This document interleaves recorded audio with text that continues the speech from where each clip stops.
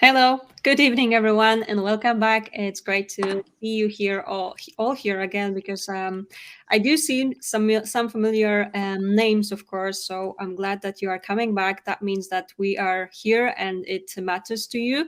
So thank you so much already for joining us tonight. And as you can see, we do have another special guest. Dr. Elias Tsakos is back with us once again. Welcome back. It's always a pleasure to have you here, and I know that you prepared some of the interesting things that you are going to talk about. And our topic is low Ovarian Reserve, and Dr. Tsakos will talk a little bit on that. He will provide some one of the cases, his past cases tonight. But afterwards, as always, he will have time for you and for your questions. So hello, Dr. Tsakos. How are you feeling? Great to have you back as always. Dr. Tsakos, can you hear me? Okay. Oh, yes, Sure. absolutely. I can hear No you. That's problem. absolutely Okay, fine. excellent. I just wanted to make sure that you can hear me loud and clear. So I guess we can start with your talk. But before that, let me just mention that, as you know, my IVF is a part of European Fertility Society. And this is another event focused only on success stories. We only want to provide you with some cases that doctors already had a chance to help the couples that they were able to help, and Dr. Tsakos will talk about this as well. And today, as I mentioned, we will focus on low ovarian reserve. But as you know, there are plenty of topics that we have been discussing, and I'm glad that we are able to just simply talk about all those different aspects and give you some hope, possibly, and give you some answers as well. And for that, of course, we have Dr. Tsakos tonight. So I will leave it to you for right now. So let's get started. Okay.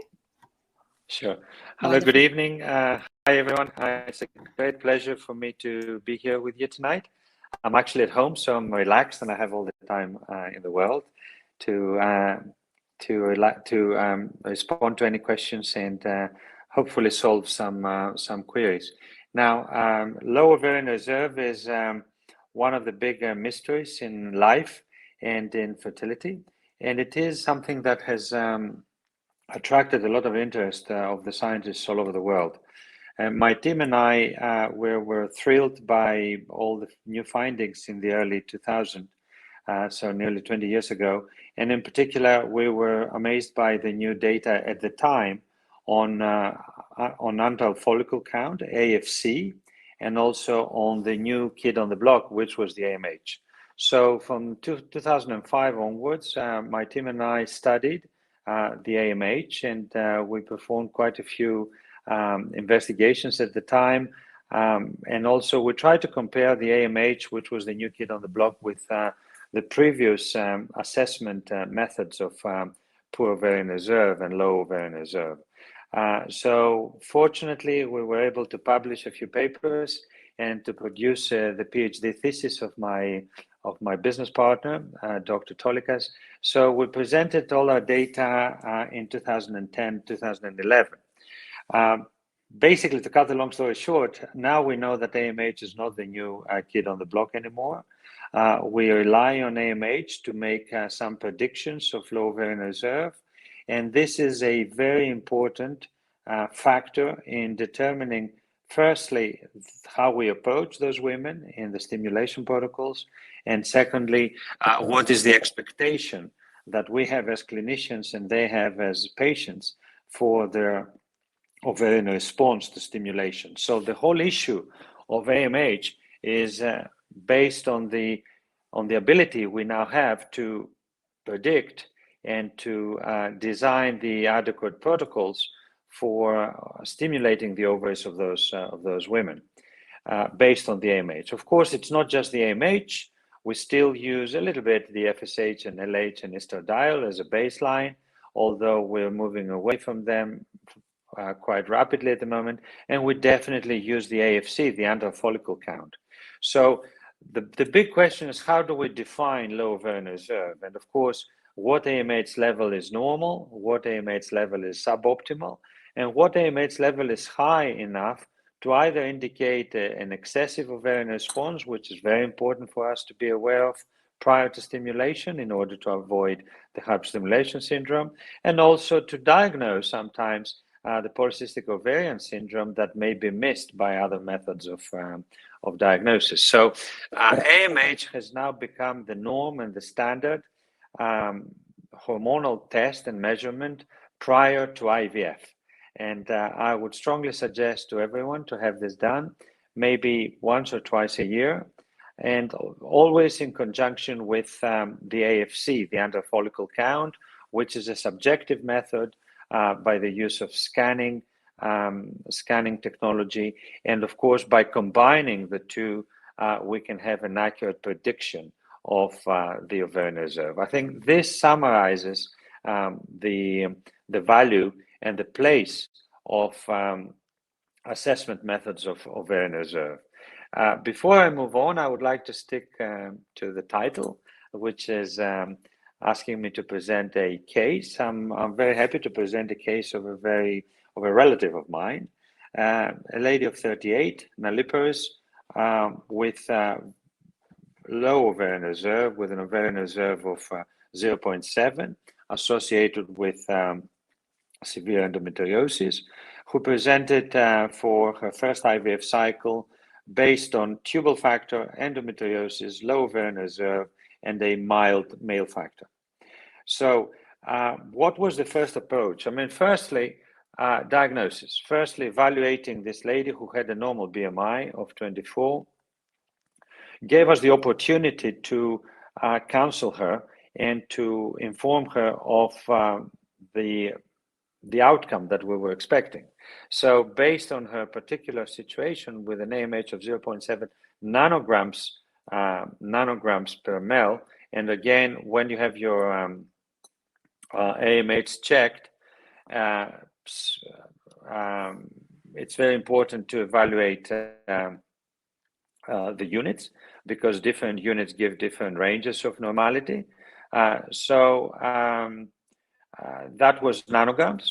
0.7 is a pretty low level of AMH for a 38-year-old woman. And of course, that was in line with an under follicle count of 4. So we had 4 potential eggs on this lady. So first of all, we explained that situation to the woman and the partner. And we defined the successful outcome of stimulation for eggs.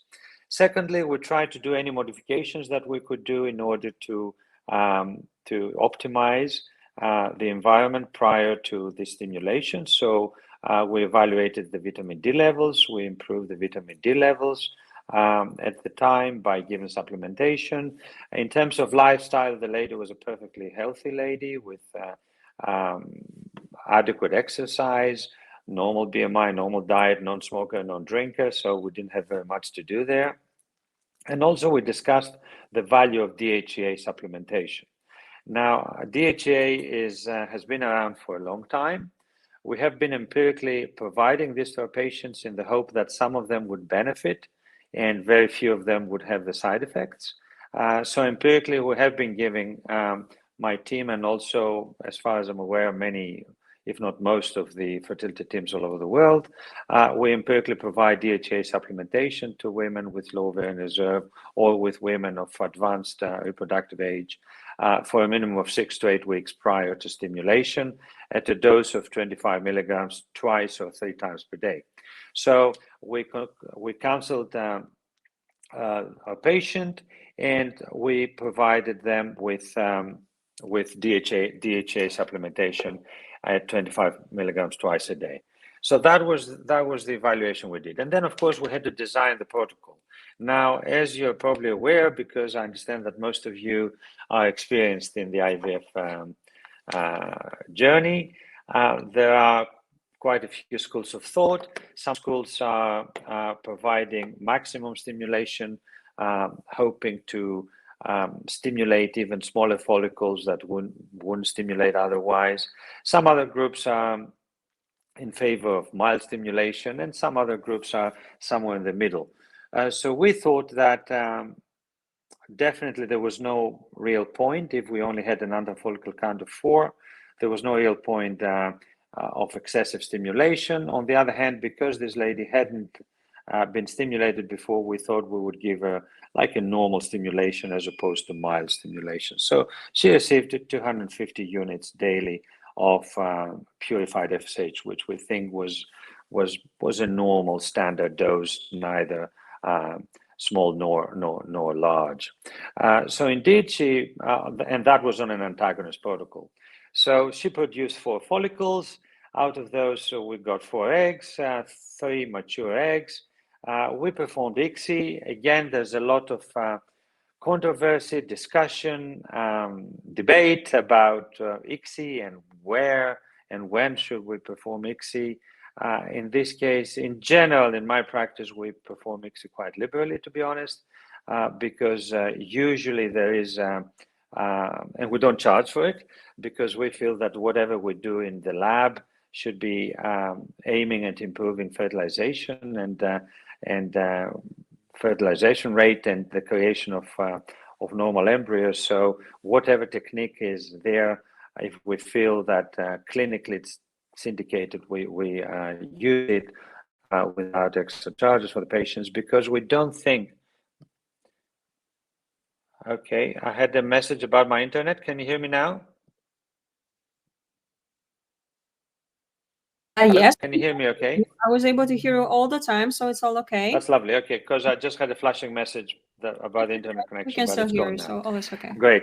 So I was saying that we feel that whatever we do in the lab, and because as you probably know, there's a lot of lab techniques which are a little bit debatable, a little bit controversial, as long as they don't harm, we try to use them in order to provide our patients with the best possible chance. In this particular case, we could not risk the mild male factor not making it into the fertilization, and also with a small number of eggs, as a rule, we tend to do ICSI in order to improve the fertilization rates. Indeed, we had 3 out of 3 fertilized, and out of those, we had 2 blastocysts produced. So we did a fresh embryo transfer. Again, there's a debate whether fresh is better versus frozen, or whether frozen is better versus fresh. I'm open to discussion about this. The answer is depends. Depends on the condition in which we do. Yeah, there's a question. What do we perform liberally? ICSI. ICSI is the intracytoplasmic sperm injection. In other words, is the manipulation of the sperm with a fine needle under the microscope into the egg, which is giving us, in my opinion, a better chance of fertilization in the lab, especially when there's any question mark about the quality of the sperm, and also about the quality of the eggs, or when the number of eggs is small, or when the female patient is of advanced reproductive age, in particular over 35, which tends to be the norm these days. So 2 blastocysts, we had a discussion. We transferred 1 fresh blastocyst, and we froze the other one. The condition in the fresh cycle was perfect. We had a perfect endometrium. We had perfect level of hormones, and in particular, we had low progesterone. On the day of the trigger, it was under 1 nanogram per ml. So we had a pregnancy. However, this pregnancy ended up in an early miscarriage. There was a 6-week miscarriage. We performed an evacuation of retained products. It was a clinical pregnancy. We performed DNA test on the conceptors. It was normal. However, that was a miscarriage. So then we had 1 frozen blastocyst, which again, we prepared the endometrium, and we transferred that blastocyst on a frozen cycle, and that resulted in another pregnancy, which was ongoing, and ended up with a healthy birth by cesarean section at about 39 weeks. That was maternal request, the cesarean section, based on the fact that there was a single kidney in this lady, and she wasn't very happy to undergo birth. And we had a perfectly fit and healthy young boy. So I think the message from this case was that although that was a case of a relatively advanced reproductive age at 38, with compromised ovarian reserve because of endometriosis. And it was very important that we identified that. We tried our best to optimize. I don't know whether DHA played a role or not. I'm very happy that we produced 4 eggs out of 4 follicles, and although only 3 of them were mature. And I'm very happy with the lab outcome of 2 blastocysts out of 3 eggs through ICSI. So that was a case I want to share with you. Now, in the third part of my talk, because I would like to leave more time for questions, I would like to outline the importance of pre-IVF, the pre-IVF phase. Pre-IVF phase is everything you've done in your lives until now, until you see a fertility specialist for the first time. So what is done is done. And it's also what your life is composed of from the time you see a fertility specialist until you have IVF. So simple things have to be optimized. Lifestyle, habits, a little bit of exercise, whatever everybody knows, but very few of us manage to apply. I'm not a big fan of huge weight loss. We do tend to get women of very high BMI. In Greece, there's no limit to the BMI until which we can treat. As I'm aware, in the UK, for example, the BMI of 30 is the upper age limit for NHS and for most private units. Here we evaluate other factors as well. So we may be able to accept a woman of 35 BMI as long as she doesn't have any associated risk factors, and of course, as long as they understand of the association of high BMI with risks of IVF, with risks of anesthesia, and with risks of pregnancy and delivery. So optimizing before IVF, for me, this is of paramount importance. I tend to resemble that with all the training the athletes undergo prior to the game. If you face your IVF as playing in the finals, it would be very important to go prepared, prepare your body and prepare your soul as well. And that is easily said, but very difficult to be performed. I don't want huge changes to the BMI. I mean, I do have some women of higher BMI saying, oh, give me 2 months and I will lose 15 kilos. I'm not happy with that. I'm not happy with any shock to the body prior to IVF. And of course, this has been scientifically proven that intensive weight loss prior to IVF does not alter the outcome, does not improve the outcome. However, I am very keen to investigate women prior to fertility, and men, of course, prior to fertility interventions. I would like to, again, perhaps request the European Society to put a lot of focus on the pre-IVF. It is very, very important. Every day I see couples who've had multiple IVFs, multiple failures, and they have adverse factors that have been undiagnosed.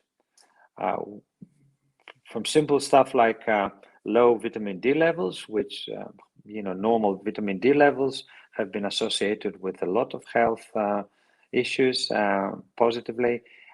So we do need to optimize as much as we can. Perhaps we don't need to go over the top.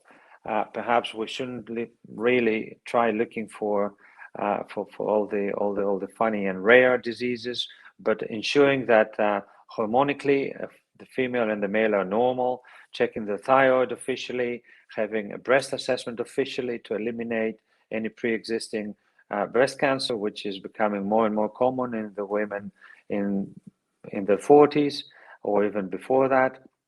Ensuring that they're up to date with smears, ensuring that they're up to date with the COVID vaccination, which is very important. I cannot stress enough the guidelines of our colleges, my college in London and all the colleges all over the world, saying that no one should enter pregnancy unvaccinated, and if they do, they should be vaccinated in pregnancy as well. So optimizing our patients prior to IVF is very important. And again, focusing not only on the ovaries, but also focusing on the uterus, focusing on the exclusion of any pathology of the tubes, I've just seen today a lovely lady from Serbia who's had 5 failed IVFs with a history of ectopic pregnancy in the past, who'd never had a formal tubal assessment. And by assessing her tubes, we just found out that she has hydrosalpinx. And with hydrosalpinx, the chance of IVF is reduced by 50%. The chance of miscarriage is increased by 50%. The chance of ectopic pregnancy is increased by 5-fold at least. And this is very important to be evaluated and eliminated, if you like, prior to embarking on any kind of IVF. So I cannot emphasize enough on the importance of pre-IVF tests. Thyroid disease, subclinical thyroid. My daughter, my 11-year-old daughter, has subclinical thyroid, and she's on mild supplementation. Subclinical thyroid can be very important in fertility and in pregnancy. With a very simple blood test, TSH plus antibodies plus T4 measurement, we can eliminate that. And this could be, in my region, in the Southern Europe and in the Balkans, is as high as 15 to 20%. This is hugely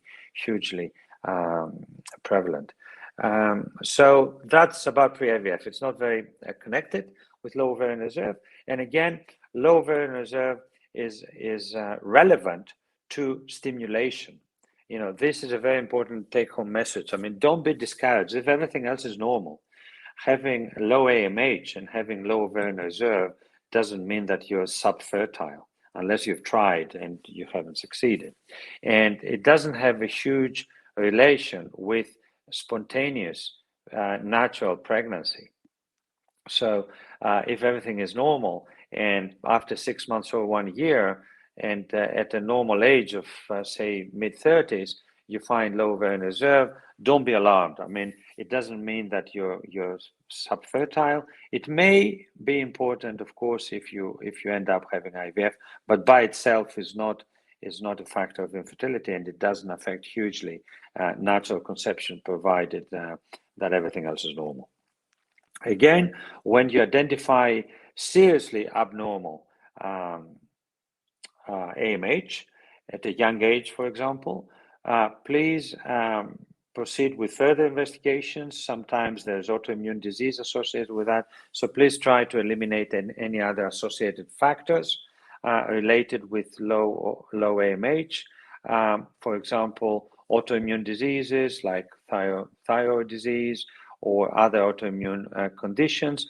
And I don't think it would be over the top if we request a karyotype testing, a DNA genetic testing, peripheral karyotype, whatever you call it, in order to ensure that the structure, the DNA structure, is normal. So try to identify any associated factors with low AMH. Don't just take it as a diagnosis. It may be a symptom of generalized conditions. And of course, it's very important to sit down with your doctors when they design for you the stimulation protocol, and challenge us, as you have been doing, in order to identify the best protocol for you, based not only on your AMH, but also based on your antral follicle count, which most likely will be aligned with your AMH levels, but also with your age, with your weight, with previous performance in stimulation, and of course with by defining the successful outcome of stimulation, you get more confidence in the overall procedure and the outcome. So I think I will probably stop here, because I have seen a battery of questions that I'm dying to answer. So thank you so much for listening. You understand that I'm very excited about this topic.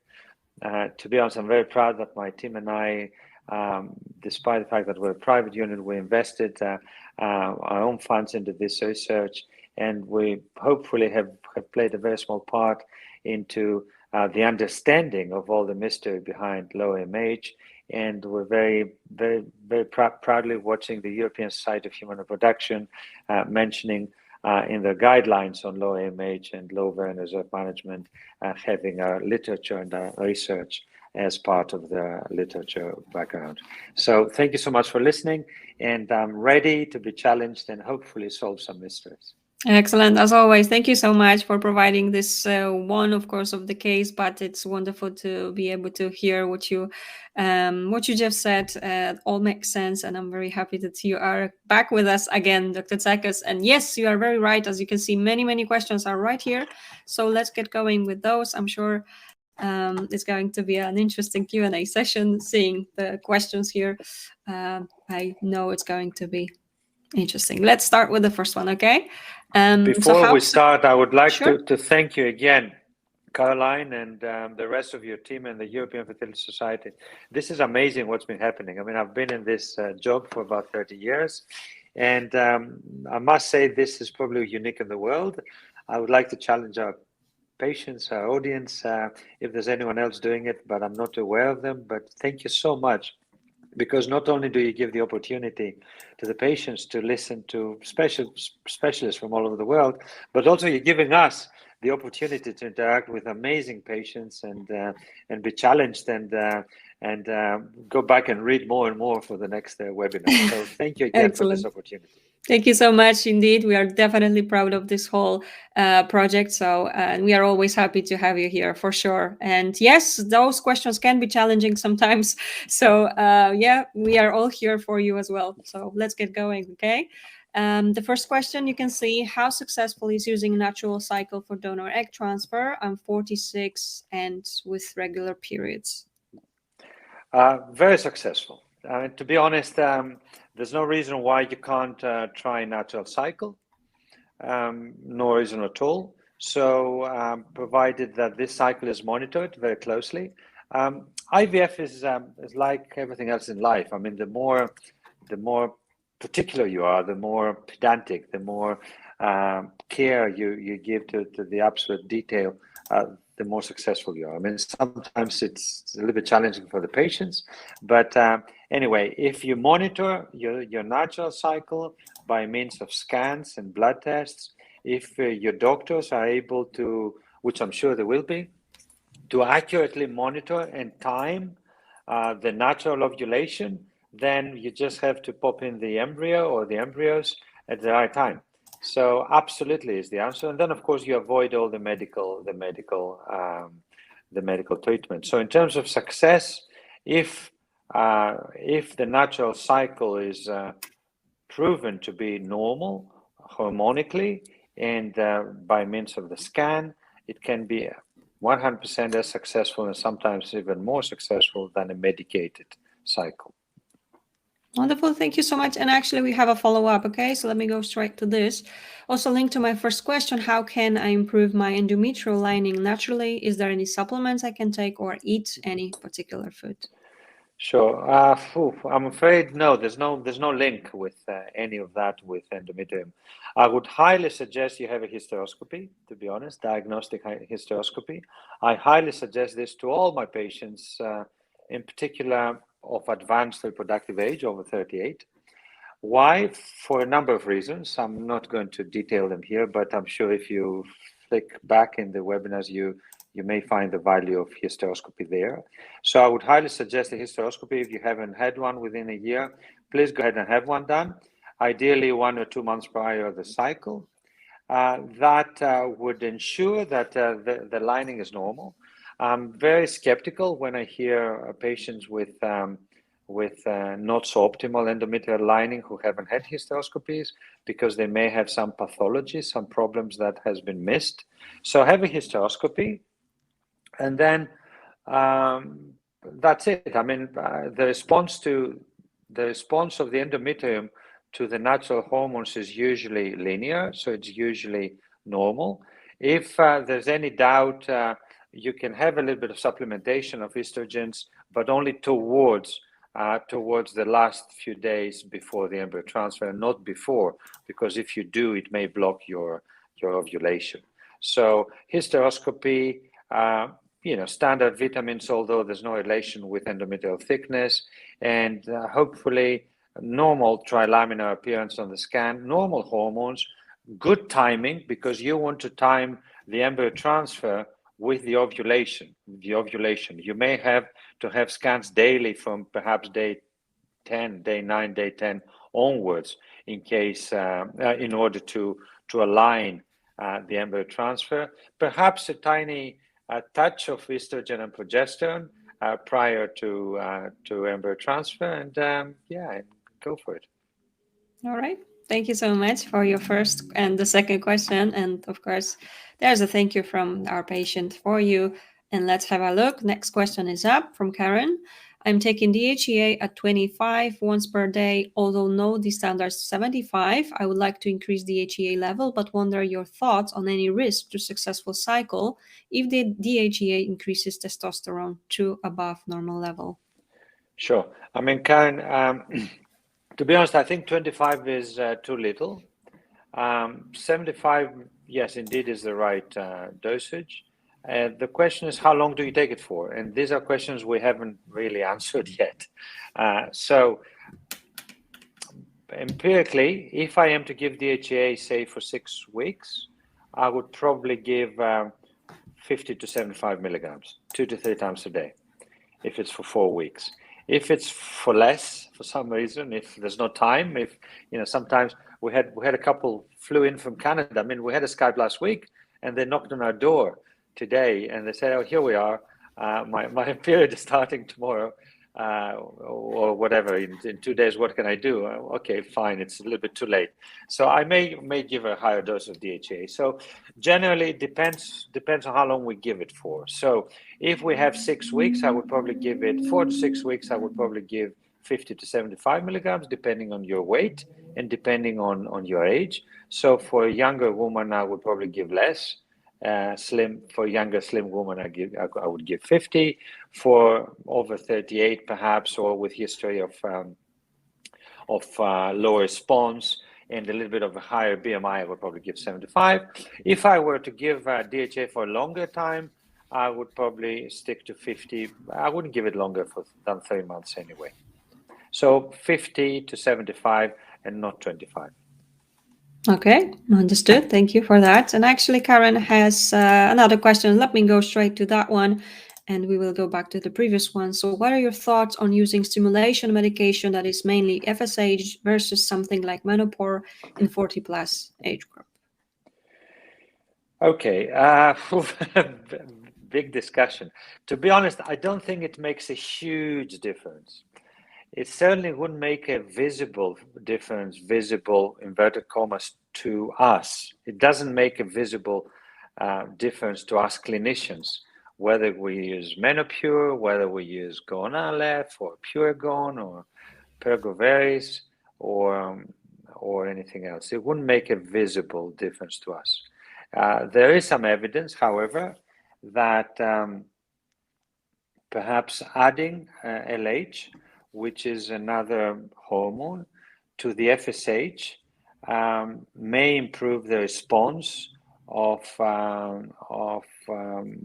women of low ovarian reserve, and more so of women of advanced reproductive age over 35, 37, depending on how you define it. So, you know, it's quite empirical. All of this is quite empirical. In general, in the 40-plus age group, I would probably like to use a little bit of LH, either a little bit or a lot, maybe.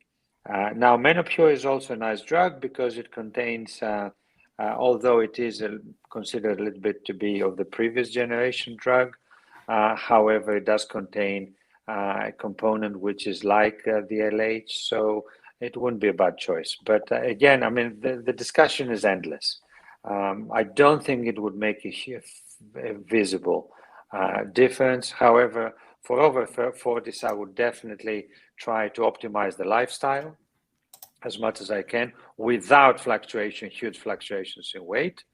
I would probably use DHEA for 4 to 6 weeks at 50 to 75 milligrams per day. I would optimize the vitamin D levels. I would do a hysteroscopy within a year, if they haven't had one within a year, because things change in the uterus within a year. There was a nice question that I flicked through before. If everything looks normal on scan, do I still need a hysteroscopy? Yes is the answer. You do, because there may be some factors that are not visible on scan. I mean, every diagnostic method we use has a certain accuracy. The gold standard is a hysteroscopy, and to be honest, if it's combined with a biopsy, with histology report, even the visualization alone without biopsy is not 100%. And if we want to go to the round 100%, maybe we need to do some microbiology cultures as well. So visualization, histology, and microbiology, that would probably give us the best approach clinically we could have at the moment. I mean, I'm sure in the future we will be able to do more genetic tests. We can do more elaborate tests on the endometrium, but for now, I think that's probably enough.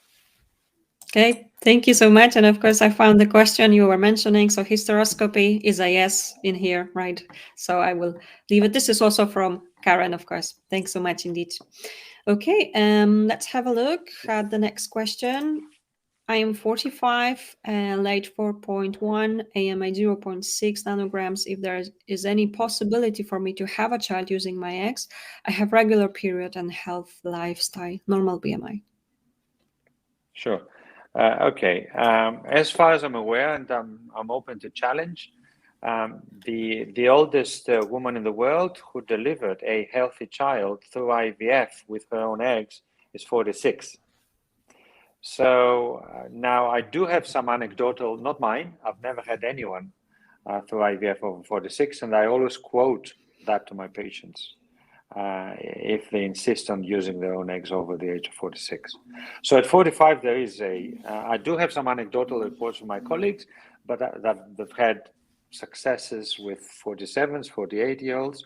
I challenge them to publish it, and that would be definitely publication. I haven't seen one.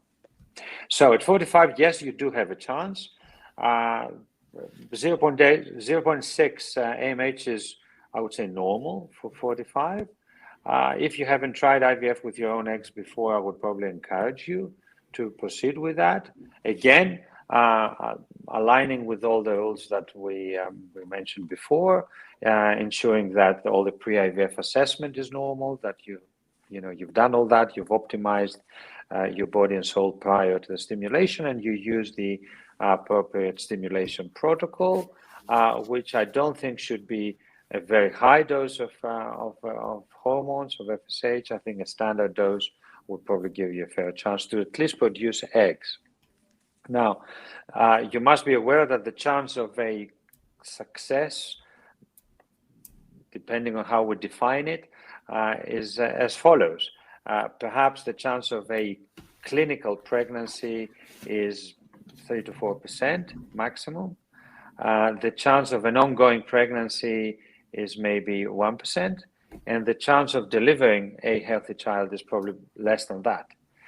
However, I don't think anyone could prevent you from trying, as long as you do not compromise your health. So as long as you enter this journey having been thoroughly checked for general conditions like breasts, general tests, heart and lung tests, you need to make sure that you're healthy anyway, whether you use your own eggs or egg donation, and you need to be aware of the very poor outcome. However, I don't think anyone could prevent you from trying, as long as you haven't tried before.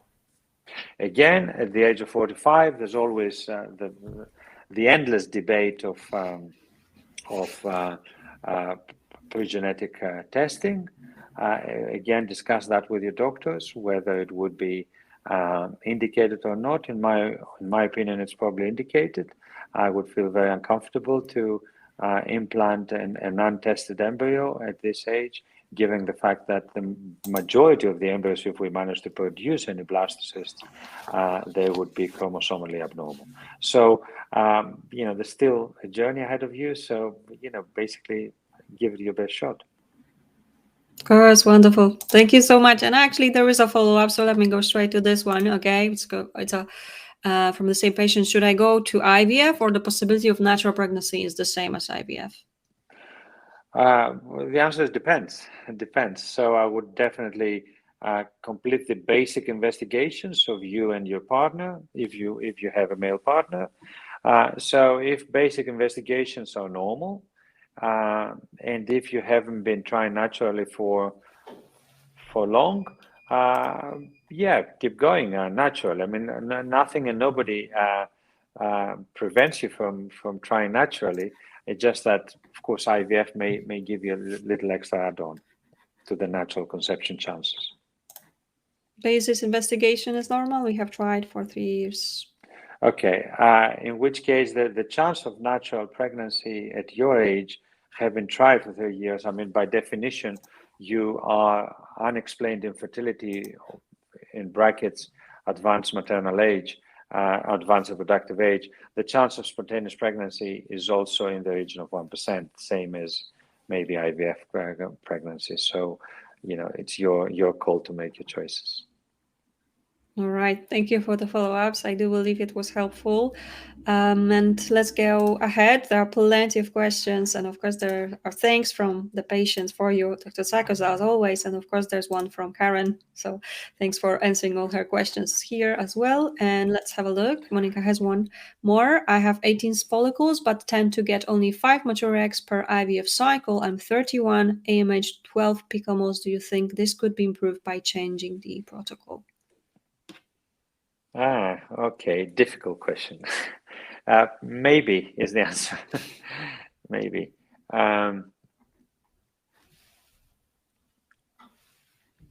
Okay, it may not just be the protocol. It may be the timing of, well, put it this way. When we see 18 follicles on the scan, we tend to get a little bit scared as doctors. Why? Because we don't want hyperstimulation. And hyperstimulation is something evil. We've been taught that we must avoid that.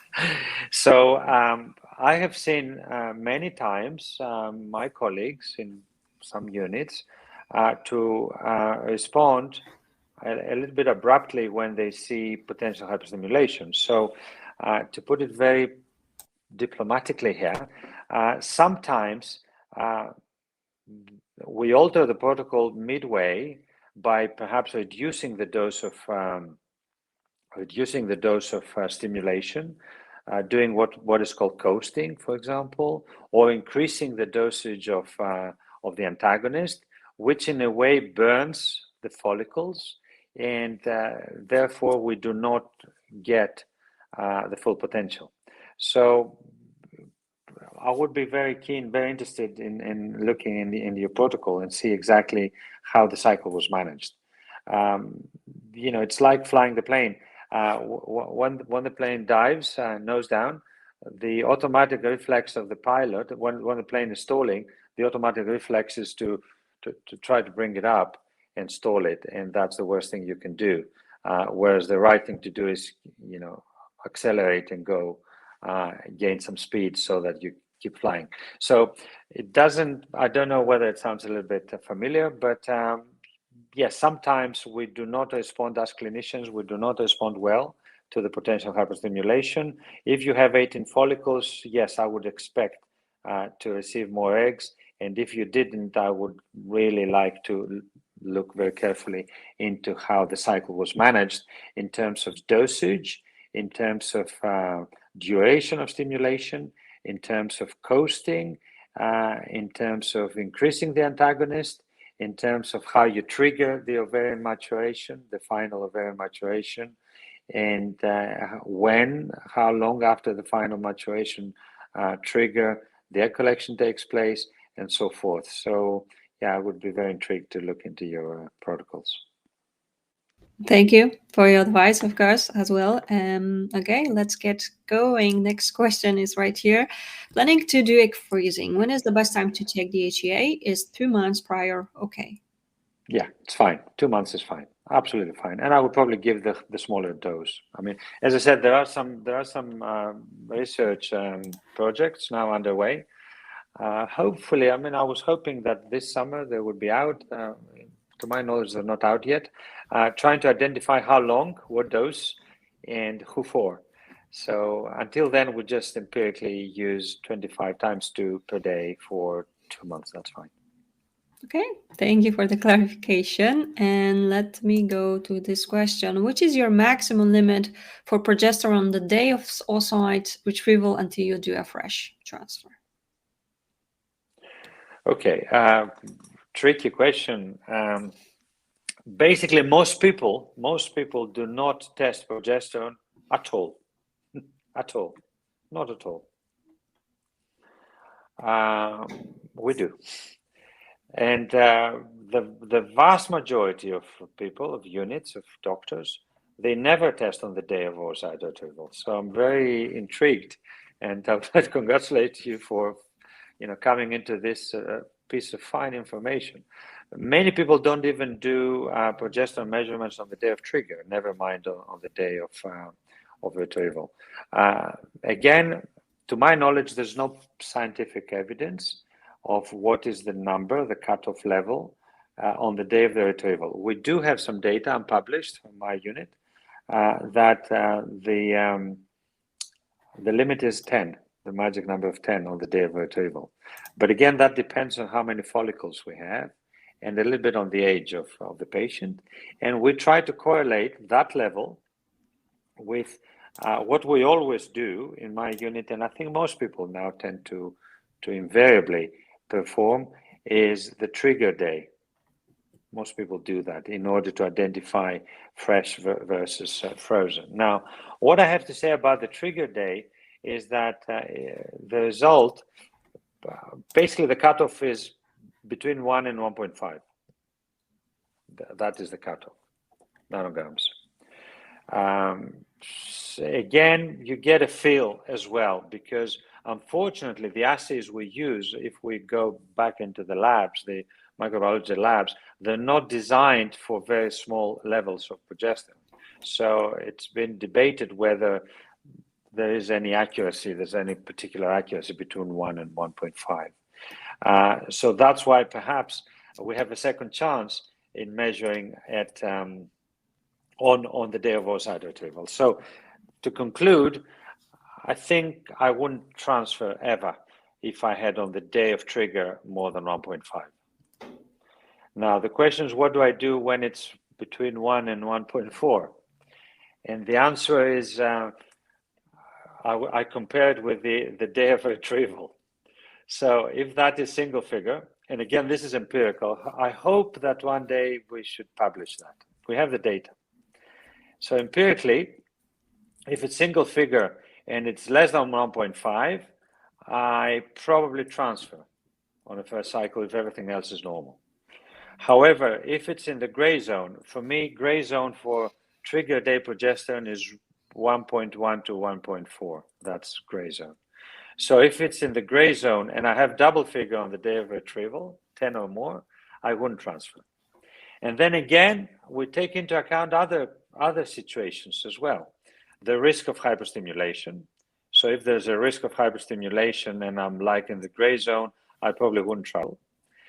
It's also the proximity of the patients. I mean, we had a patient last week, single lady doctor who travels around the world through some organizations, and she would be in Guinea, whatever, next week. So she said, if I don't do a first transfer now, I would next come to Greece in Easter. So, we have to take into account those factors. And of course, we have to factor in our patients as well. So we need to share our knowledge, our uncertainties, like I am with you now, the gray zones and the uncertainty of the value. And also another important factor for me is whether we have a second embryo transfer. So if I'm in the gray zone and I have one blastocyst, I probably wouldn't transfer it on the first cycle, to be honest. And this is what I mean when people ask me what is best, fresh or frozen, and I say depends. Depends what do you compare with. If you compare a perfect first cycle, I prefer a perfect first cycle than a perfect frozen cycle for various reasons. And the one important reason is that my time to pregnancy is sooner. I'd rather get the pregnancy now than get it 2 months later. And so these are my thoughts. So if I have one blastocyst, or if I have the chance of one embryo transfer, I would probably keep it for a frozen cycle if I'm in the gray zone. If I have 2 transfers, again, there's a little fine element of what kind of quality blastocysts do we have, and which one do we sacrifice in a gray zone first cycle, and which do we keep in the frozen cycle. So you understand why my embryo transfer consultation sometimes takes 2 hours. So yeah, it's a little bit tricky, but thank you, Sebastian. I mean, this is amazing. I assure you that, you know, this is very, very deep knowledge, and knowledge that most of us are not sure of. So thank you so much for challenging me. Thank you. Indeed, I cannot agree more here. So thanks a lot for those questions. Okay, and now we will go to a very straightforward question. When should someone start checking their AMH levels? I will talk to you about my daughters. Sure. Yeah, I will probably, you know, this is over the top. I'm not suggesting this to everyone. It depends on how expensive it is in your area. I mean, in Greece, it's about £100, so it's not that expensive. So I would like to know my daughter's AMH at 18, 25, 30, at least. Why? Because there are some conditions, as I said before, that are associated with low AMH. And I would like them to get into this fertility kind of game, if you like. You know, for teenagers, we focus on sexuality, on whatever education. Fertility education, I think, should be part of our teenage approach. So as early as possible. I mean, it's only a matter of cost. I mean, you know, it's not a big deal. It's only a blood test. To be honest, I'm a big fan of preventative medicine. I'm a big fan of patient education and lay people education. My dad is 96. He survived because he had lots of interventions prior to them becoming a problem.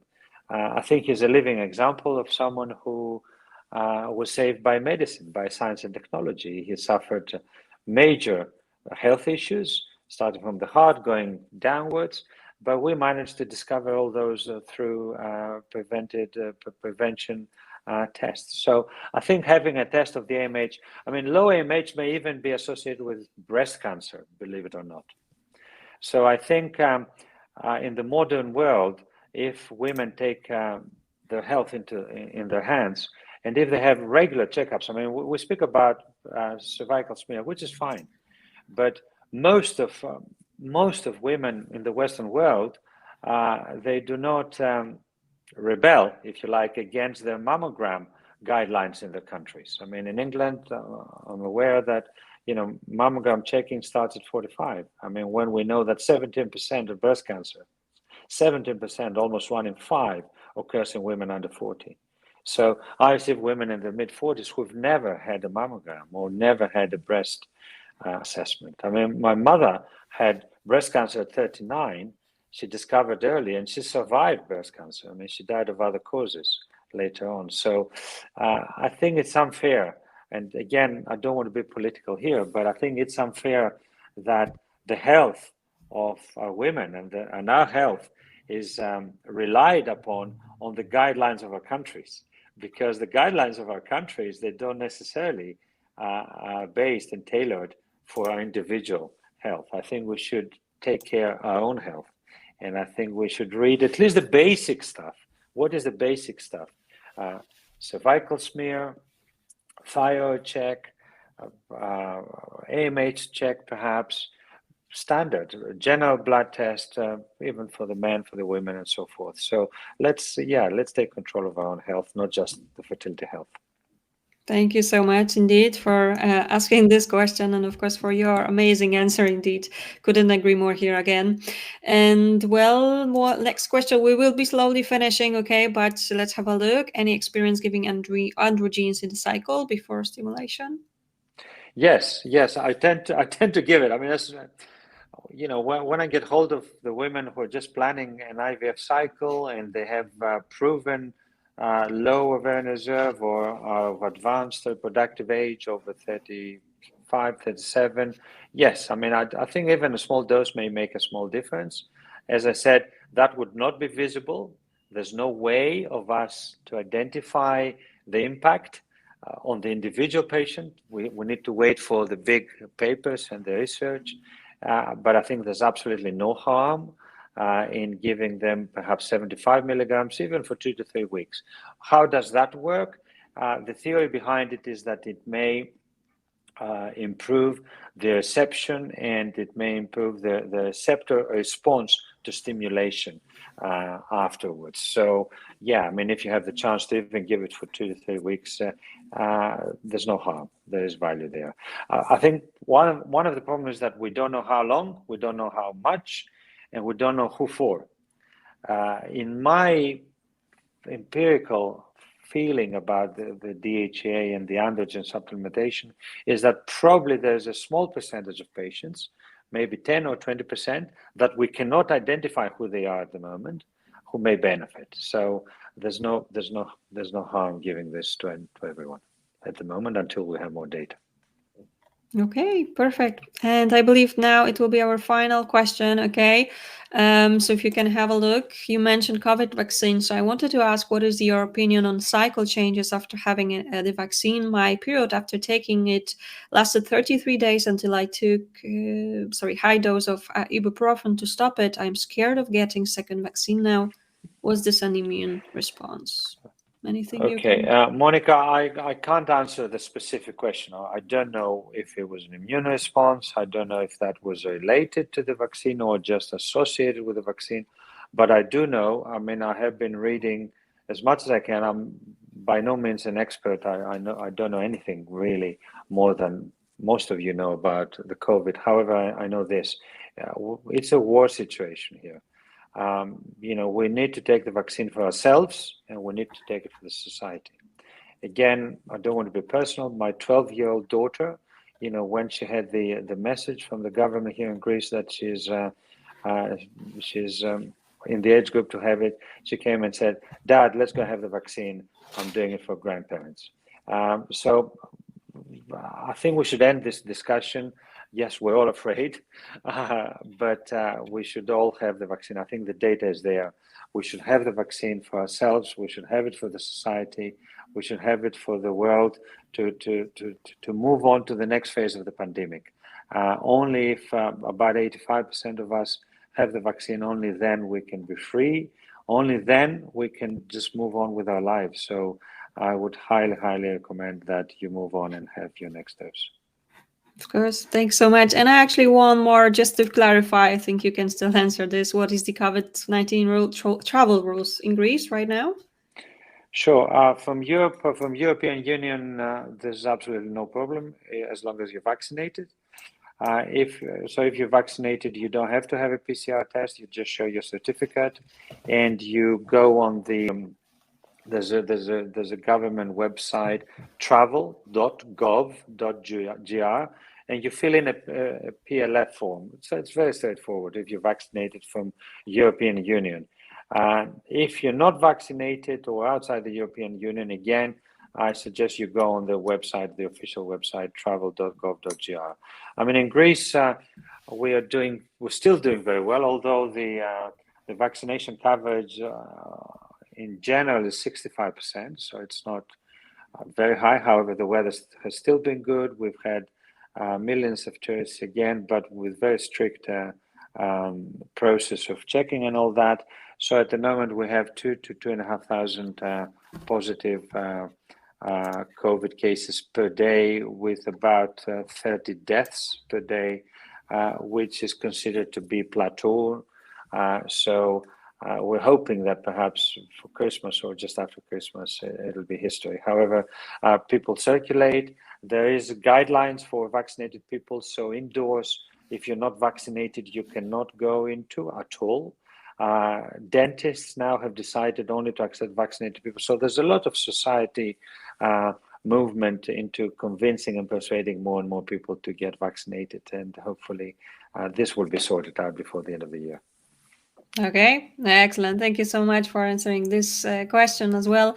And of course, we do see there are plenty more questions, but don't worry, I will simply forward this to Dr. Tsakos and his team, so they will be able to help you out with those questions, I'm sure. Right, Dr. Tsakos? As you can see, plenty of questions here. So thank you so much, everyone. This has been a very interesting, very engaging session. Loved this for sure, and that you are finding this useful. And Dr. Tsakos, as always, you can see questions, but also there are some thank yous coming up your way, as always. So thanks so much. It's always, always great to have you here. And I can only say that Dr. Tsakos will be back on 8th of November. There is another topic, so stay tuned. And I'm sure it's going to be, again, interesting. Before we finish, Dr. Tsakos, anything else you would like to add? Sure, I would like to be encouraging. I would like to thank everyone for listening and for challenging.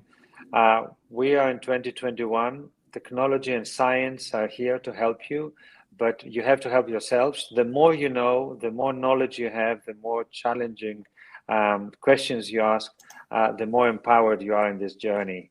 I can guarantee to each one of you that they can achieve the goal, they can become parents, as long as they understand that the journey may be long, and as long as they're prepared to do what it takes. The procedures we have in our hands are amazing. I'm absolutely amazed by the progress. I urge everyone to become a fertility specialist, gynecologist, embryologist, fertility psychologist. I mean, the progress of our field has been absolutely amazing.